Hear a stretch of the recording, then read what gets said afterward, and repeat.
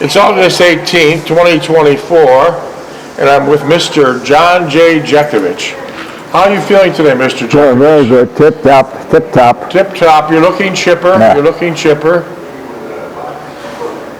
What would be your dog tag number? 42965. Okay, that's the password to get going. To start reading. Do you want me to read or you want to read today? You read. We're on chapter 14, page 434, Patrols on the Rhine, -V-Day. Page 434, this is when Mr. John J. Jeckovich left the hospital in Paris about 2 weeks ago after being in the hospital for about a couple months, recovering from a machine gun wound to his shoulder and shrapnel in his leg. So now they fixed him up, you might say, as long as he could walk and his finger could pull the trigger on his heavy-duty machine gun. He's fit for duty. Is that what they told you? Fit for duty. Fit for duty. So now he's back to been at the front line of the Battle of Bulge now for a couple weeks. And so far he's seen a little bit of action, but not a whole lot. What he's been doing, he's been promoted to head of his squad, and most of the guys under him are just green, right? Right. The guys under you are just green. They've never been in combat. And you took a couple rafts over the Rhine, and you went on reconnaissance missions to see what the Germans might be doing on the other side. And you found like a log hut where there was a spot where about 10 or 12 Germans had a listening post. And then you came back to the American side, you might say, the Allied side, out of the enemy territory, and you reported to your lieutenant at about 2:30 in the morning, and you explained to your lieutenant. They woke him up and you explained you had some pretty good news. I found out where their listening post is, and you gave him the coordinates, and you said your lieutenant went back to bed, and he went back to bed, right? Yeah. And that was about it. And what you stated was, why did you risk your life, and why did you risk the life of the other guys in the squad for a lieutenant to basically yawn and said, okay, thanks. Yeah. Did you want to expand on that? Yeah. Do you remember you got there to the lieutenant's quarters at 2, 3 in the morning, and you told him? The lieutenant was Pittsburgh leadership. Pittsburgh leader. Yeah, it come out of ASCP. What's ASCP? ASTP. Associated Straits. What the hell? ASTP. ASTP. What the hell is it? Was that about the air? Huh? Was that about the Army Air Corps? No air corridor. Well, anyways, he wasn't a very good leader, right? Huh? No. And so you basically risked your life, and you risked the life of your squad to gather that information. You had to take a raft in the middle of the night to cross the Rhine, which is always swift water, and then you had to hide the raft, and it's hard to hide a black or green raft with everything snow. It stands out. And then you heard several German troops walking by you, and then you were extremely quiet, and you followed them, and you followed their listening post. So you're right in enemy territory. And then you guys you told the squad behind you when you followed these German soldiers that if you're not back in 10 minutes, just get on the raft and go, because you probably weren't coming back, but you did manage to come back, and you reported to the lieutenant, and he just kind of yawned and went to sleep. Yeah. It was like, why did you risk your life being like 20, 30 feet away from Nazi soldiers, and the whole squad the same thing, especially they're green. What I was thinking about when he came so close to the 10 or 15 Nazis walking in the snow about 20 or 30 feet from you, it would have been interesting that one of the green soldiers that you were with panicked and started shooting. Yeah. And then it would have been about 15 Nazi soldiers against you four, and it wouldn't have turned out good. Yeah. No odds. And I remember you told me there wasn't much moon out there, so there wasn't much moonlight, which was good.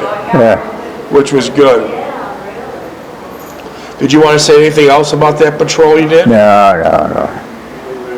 Just one of many. So you went on a lot of patrols. Huh? You went on a lot of patrols. You went on a lot of patrols. Oh, yeah. And you might have been lucky that day there was no snipers in the trees, Yeah. because that would have been it. Yeah. Because the whole scenery is complete snow-covered land, and you weren't wearing any white uniforms, were you? No, I was wearing my own army uniform. And that would stand out greatly. No, I think I put a sheet on. How did you get a sheet? Where did you get a sheet from? Pillow off the bed someplace.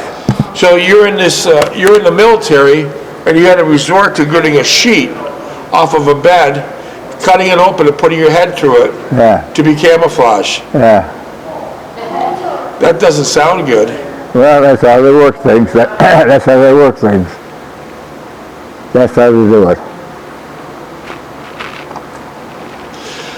I was seeing that the officers would have to buy their uniforms because mostly they're very fancy, and the officers would have to also buy their pistols. But the enlisted men and the draftees, they were issued Yeah. all the equipment they supposedly need. And they were allowed to take everything home as far as their clothing goes. And at that time, the complete setup for a combat soldier with 2 sets of clothes and dress clothes was a total back then of $170. And in today's currency, it would be about $3,000. To the clothes. Yeah, for each soldier. Yeah. So that was very interesting. So I'll pick up on reading right here, and we'll see where we go with it. Anytime you have a comment, just jump in and say so.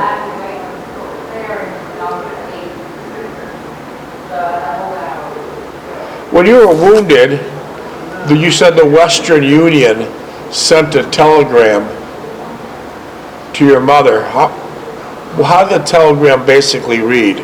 We regret. We regret. Yeah. I showed you the telegram, didn't I? Yeah, but I know you had more than one telegram. Yeah. You got shot up twice, and then they regret. And was there any way for your mother to contact the senders, the Army, to see how it's going? She called the hospital up. Oh, you remember the name of the hospital you're in? The one in France. Do you remember the name of it? No. Was it Charles de Gaulle Hospital? What? Was it Charles de Gaulle Hospital? Charles de Gaulle Hospital? Charles? De Gaulle. Was that the name of the hospital? No, there were several hospitals in there. Several hospitals. I don't know what it was. I had one room for 2 days. I was gone. Were they equipped with American nurses and American doctors? All Army. All Army. And were you treated nicely there? Oh, yeah. Okay.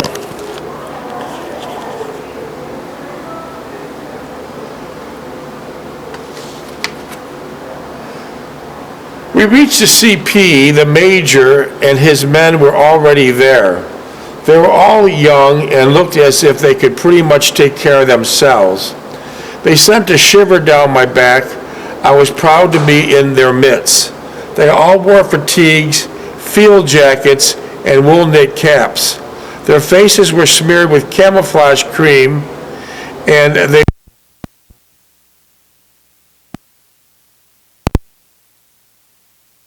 after joking about our pale faces, they passed out several tubes of camouflage cream, and we applied it to our faces. The major gathered us into a circle and gave us a little introduction talk on the patrolling, the Ranger way. So you're going out with Rangers now? Yeah. How were they? Were they good fighters? Tough. They were tough out there. No ranks were to be mentioned at any time. No talking, walk quietly and watched for hand signals from him. At the end, he stated, with a twinkle in his eyes, a piece of cake like taking candy from a baby. Is it wrong? It's on. Can we put it back here or no? Yeah. Okay, I'm not having any technical difficulties, am I? No. Eisler and Calhoun picked up the light 30 and Shepard grabbed 2 boxes of ammo. As I looked over the 30, the major came up to me and said, "This is for you, Sergeant." Let me see what you want. Yeah, he gave me a shotgun. Yeah, one second. Hello? What's up? I'm reading to my father live, so I have to go. I'll call you back. Yeah. Okay, then what did you say? I didn't hear what you said. It was a shotgun. Okay. Okay, you have a damn good memory. Eisler picked up the light 30 and Shepard grabbed 2 boxes of ammo. As I looked over the 30, the major came up to me and said, "This is for you, Sergeant." So now they're calling you Sergeant, even though you didn't get your stripes, correct? Yeah. "This is for you, Sergeant." I looked in amazement. It was a 12-gauge pump shotgun, cut down to about 2 feet and much lighter than my M1. The major winked and smiled. Do you remember getting that shotgun? Yeah. So it was basically a sawed-off 12-gauge shotgun. Yeah, I didn't use it. I didn't use it. You didn't use it? No. I thought that would do a lot of damage. Huh? Oh, yeah, spread it out all over. The major winked and smiled. We got down to the riverbank into the 2 rubber rafts. The water was cold and the current was swifter than I remembered when we crossed before. As we paddled across the river, my eyes were scanning the opposite bank for any movement. So if the Nazis caught you crossing in those 2 rubber rafts, you're not coming back. No. They'd shoot the hell out of you. Yeah. Will they aim for the soldier or will they just sink the rafts? What? If the Nazis seen you on these 2 rubber rafts crossing the river to get to their side, would the Nazis basically just shoot the raft to sink and let you drown, or would they shoot the soldier? Shoot the raft and the people in the raft. So they hit both, Oh, yeah. with no mercy. No. No. Okay. Mostly they shoot with machine guns. What? Machine guns they shoot at you with. Machine guns the Nazis would use. Oh, yeah. Well, they had everything we had. Okay. We got down to the riverbank into the 2 rubber rafts. The water was cold and the current was much swifter than I remembered when we crossed before. As we paddled across the river, all eyes were scanning the opposite bank for movement. We reached the east bank in a short order and concealed our rafts in the brush, noting a good reference point to come back to. The Rangers immediately filed out in the slow, methodical walk. We were positioned in the center of the column and did pretty much what they did. Were the Rangers good fighters because primarily they had much combat experience? Oh, yeah. Was their training different? No, same thing. They But had they more just- experience. But they had more experience, so they got elevated Yeah. to the Ranger status.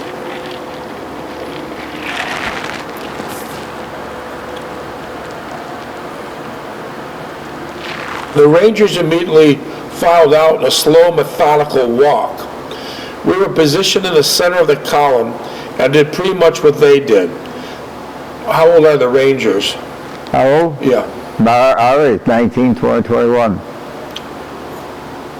They watched where we watched the branches on the trees handed to the next man as we passed everyone. Everyone watched where they stepped. So if you had a branch, you wouldn't let it flick back. You'd pass it to the next soldier behind you. Yeah. Every so often we stopped, crouched down. Each we got up quietly and moved cautiously forward. This went on for several miles, with the major taking us in a wide arc, heading east and then north. There were 2 lead scouts about 20 yards ahead of us, and from time to time we would wait until they checked ahead. So you're marching forward, but there's two lead scouts telling you what to be on the lookout for. Well, look out for snipers in the woods and the trees and booby traps and landmines. Did most of the scouts that led these patrols get shot? Right, many of them got shot before they had a chance to report. Well, they're in the lead and they're ahead of everything that's up there. So the chances are good that they would get hit by a sniper. If there's anybody there, yeah.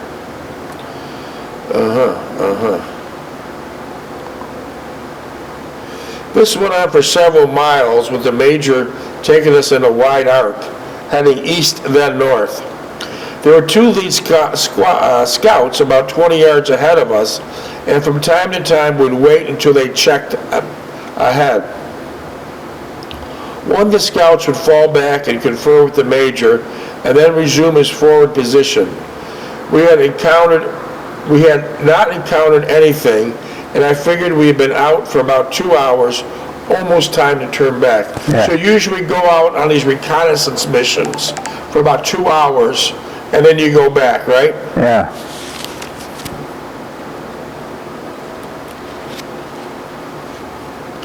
I figured we had been out for about 2 hours, and it was time to go back. We were told to set up the gun to fire to our front, but not to open up until we were ordered to. One of the scouts had hurried back and was talking with the major. He had found something that seemed it was something to do with obtaining a prisoner. The rest of the Rangers melted into the blackness ahead of us, and we were left alone. I crouched near the gun, looking from side to side, fearful of an ambush. So at this time here, you thought you might have been ambushed. Yeah. Suddenly, some of the Rangers were back and told us to get ready to fire. Shortly thereafter, several more came upon us, and then what seemed to be the rest came out of the darkness. I then saw the major and two Rangers on each side of a German officer, his hands bound before him and a piece of tape over his mouth. So where did they find this German officer at? Probably on a recon or something. I see. I'm surprised though the German officer didn't have support around him. Well, they're probably all scattered. Yeah. The major stopped beside me and signaled for us to open fire. I slapped Calhoun on his shoulder and he immediately opened fire, transversing right and left. The Rangers began lobbing hand grenades in a wide arc to our front.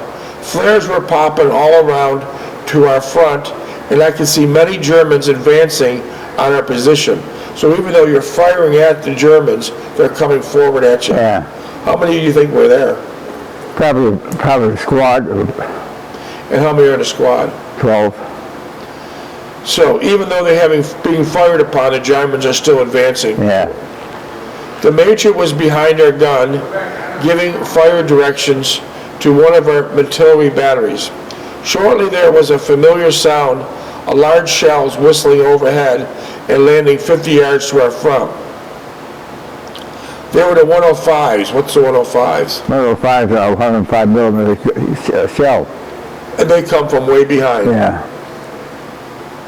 So the major must have gave them the coordinates, correct? Yeah. And then from the screams of agony us hearing to our front, they were on target. Many times the 105s would be off their target and hit their own troops, right? Uh-huh. Many times the 105s would have the coordinates right and they would kill their own troops. Well, they try to get closer to it and they make mistakes and they get in too close, they get into two people in friendly fire. Have you witnessed that? Yeah. Yeah. So you have to worry about, in front of you are the Germans, and behind you are your troops setting the 105 so you could be possibly killed by that. Yeah. You could go both ways. There were the 105s, and from the screams of agony I was hearing to our front, they were on target. The major tapped me on the shoulder, signaling me to pull the gun out and fall back. I nudged Calhoun and signaled him to cease fire and pull back. Instead, Calhoun, reaching for his receiver to disengage it from the tripod. Eisler grabbed it. In doing so, he grasped the hot barrel, and even though there was protective shield around it, it was hot enough from a constant firing to give him a very severe burn on his right hand. So even though you're water cooled and you have a safety cover on these barrels, the machine gun barrels get very hot. Oh, yeah, yeah. So what happened to the soldier that grabbed it? Got burned, hands were burned. Was he Well, he got rear-ended. Went back to the medics or something.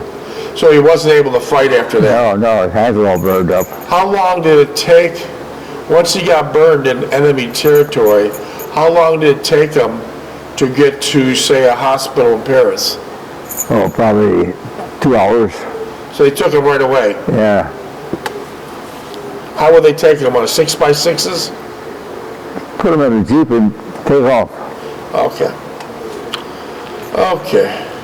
But they were warned about not touching the barrel, right? Yeah. But just in the, Well, they got excited. They wanted to pick it up and get it out. We had to move it every 5 minutes. okay.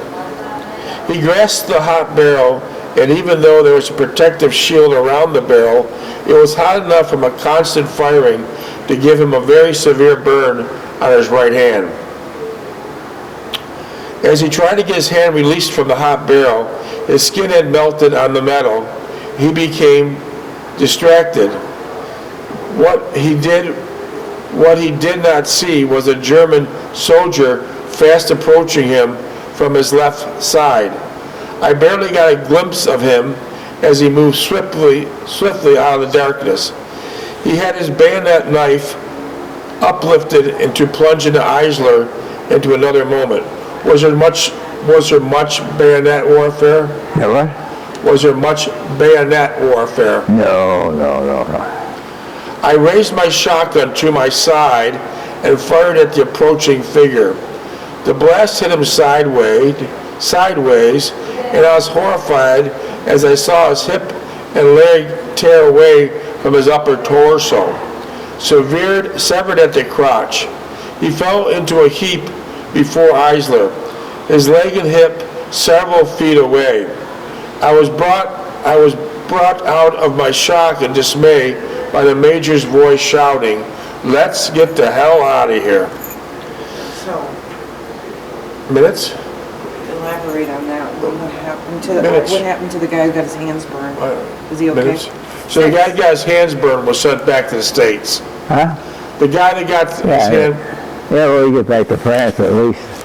Okay. Or England. Okay. I realized Eisler was in great pain from the burn he received, and I jammed his burned hand into his field jacket as it improvised a sling, and told him to move out.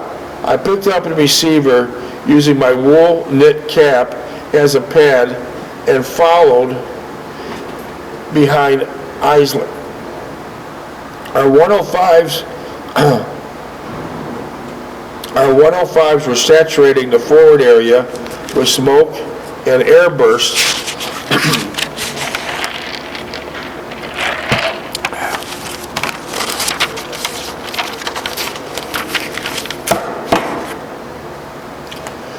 And was starting to receive some enemy mortar fire. I kept prodding Eisler forward, and I could see he was in much pain. I hoped he would not go into shock. I lost touch with Calhoun and Shepard. Presumably they were ahead and safe. Two Rangers stayed close to us so that we would not get separated, as our pace slowed somewhat on the account of Eisler. The enemy mortar fire ceased, and I could hear only the landing of our 105s as they continued their barrage to cover our escape. We finally reached the riverbank, and the Major and several Rangers were waiting for us. The other raft had taken across the river, and I could barely sea in midstream. There were several, if you would have missed that boat, you would have been in big trouble, Yeah. right? Well, You'd been done. There were several muffled explosions coming from the direction we had just left. The Rangers had set time charges all around the German encampment, and this was what we're hearing now. I aided Eisler into the raft, and I could see that he was going into shock. The Major quickly administered a morphine injection into his arm and put a light bandage around his burned hand. As I held the receiver, I could feel patches of his burned skin welded to its outer casing. So he must have got burned really bad.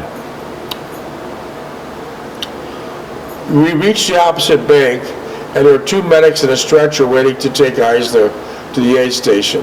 He was barely conscious, and I told him that I would see him in a short while. The Major thanked us for our effort and support and hoped Eisler would come out all right. He also said he would request us next time he was in the area. He told me to keep the gun, but I declined, saying it was against Geneva Convention. Why was it against Geneva Convention? what? Why was a sawed-off shotgun against Geneva Convention? It was a lethal weapon. It was not a government issue. And here.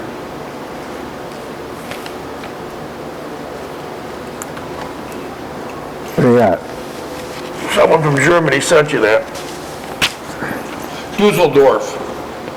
Someone from Dusseldorf sent you that. Got a small head. Hold it up for the camera, John. Huh? Hold it up. Dusseldorf. Tell me what it is. It's like some kind of German helmet sculpture. Some type of German helmet sculpture for a pilot. Looks like out of a tank crew. A tank? Okay, maybe. Or pilot. Or maybe. No, not a pilot. No, Pilot- tank. no, this is not a pilot. Yeah, It's just a rendition. Well, that's your it's little like a piece of art. that's your souvenir was sent to you. Yeah, show it to the camera again, John. Hold it up higher. Yeah, Okay, that's good. nice. Thank you from Dusseldorf. Where did you find that? Some guy from Dusseldorf sent it to you. Dusseldorf. Okay, here we go. He sent it here? Sent to our other address, and I brought it here for you. Okay. Just like you get the hats. And You the got postcards. And the postcards and hats come from all over. Okay. We found out later that Eisler was evacuated to the UK for the extensive skin grafting, and there was possibility that he might lose part of his hand. There was also the probability that he would be discharged from the service. We never heard any more of him, and I often wondered how he finally made out. The German officer the Rangers captured was only in the area for the night, briefing his command and eventually Rhine crossing by the Allies. He was captured with invaluable information on his person, which aided our intelligence and determination for the crossing. Were most German officers captured cooperative? Were they cooperative? Yeah, with your intelligence department. Well, if they were told something, they did it. But I mean, when you capture this German officer, was he cooperative, giving you information about the Germans? No, he said name, rank, and serial level, that's all. And that was it? No, he wouldn't give you any information on their side, no. Nothing? Okay. Several days later, based on the information they obtained from the captured German officer, the Allies made their crossing on the Rhine River. 30 seconds. It was through valiant efforts of people like the Rangers who went on the original patrol that made the Rhine crossing possible. Yeah, so we have 10 seconds, 15. Just let it wind it out. Yeah, so we'll pick it up tomorrow or later on. Let me see. Tell me.